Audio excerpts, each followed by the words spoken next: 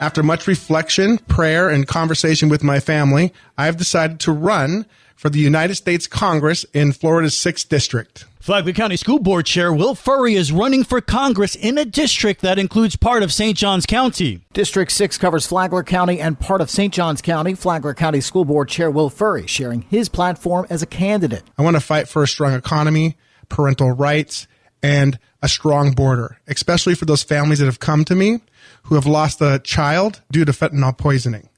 But most importantly, the reason why I'm running is because the people of District 6 have asked me to stand up for them. Furry elaborated on that ask. A lot of it had to do with people coming to me speaking about the fact that they're not very happy with the representation that we have right now. So after that, I had to do some self-reflection to see if this was something that I wanted to take on. I've always been a problem solver, and the community has come to me. They see a problem here, so I've decided to stand up and solve it for them. Furry says after bringing order to countless classrooms, he's ready to bring change to the halls of Congress. Right now, Congress's approval rating has been very low. And what I see up there right now is I don't see statesmanship. What I see is showmanship. Everybody saying inflammatory things just to get on Fox News. That's not what leadership is about. This is serious business. This is the business of the nation. It's the business of the world. For St. Augustine's Local Morning News, I'm Daryl Moody. This local news is a service of your hometown Toyota dealer, Beaver Toyota in St. Augustine, conveniently located off I-95 at exit 311. Hands on your face! Hands on your face!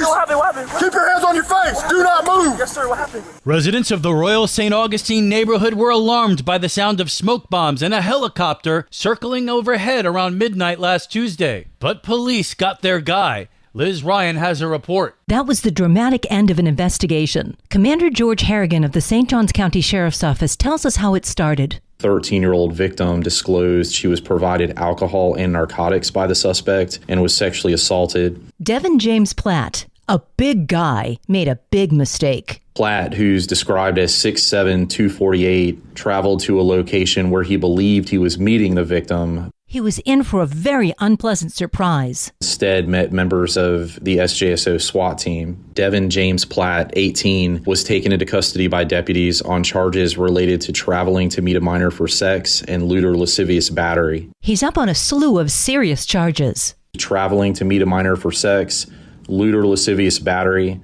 solicitation of a minor, production of child sexual abuse material, and possession of child sexual abuse material. Platt was carrying out these alleged crimes and communicating with his young victim through the platform Snapchat. According to court documents, Platt of St. Augustine has had many run-ins with the law. Incidents include weapons possession, threats, stalking, sexual battery, and other suspicious circumstance calls for service involving minors between 12 and 15 years old. And he's racked up many traffic violations in just the past year and a half, including tailgating, speeding, and having a loud, defective muffler. Platt is currently out on bail. For St. Augustine's Local Morning News, I'm Liz Ryan. This bridge is a crucial bridge for access into downtown St. Augustine, and we are inviting folks to learn about the detour dates and discuss this project with members of the project team today. Jacob Pickering of FDOT announces the open house for the King Street Bridge project. FDOT will host a hybrid construction open house today for the King Street Bridge over San Sebastian River replacement project. At the St. Augustine City Hall in the Alcazar room, that's at 75 King Street.